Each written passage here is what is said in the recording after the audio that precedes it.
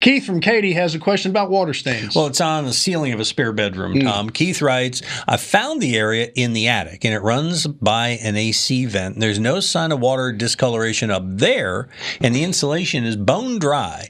Below, it looks like it follows a 2x4, but there isn't one. I found instead that there's a seam where the sheetrock joins, and I'm thinking it's getting condensation from the AC vent, and the room's window faces south, by the way. It's the hottest room in the house. He says he's not running the heat, and he's still getting mildew and stuff down there. So Keith wants to know, how can we stop this from happening? What's the cause? If it is the air conditioning duct, and it could be the box where the register is attached to it on the backside of the sheetrock.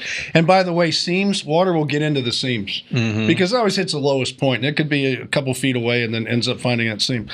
It needs to be insulated. So you would insulate the ductwork, and that way it would quit sweating if that's the case. If it is the ductwork, it's purely just the fact that something isn't insulated.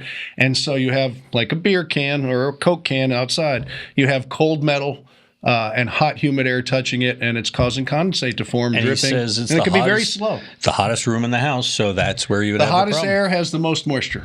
So there you go. It's just an insulating. Get up there and insulate all the ducts.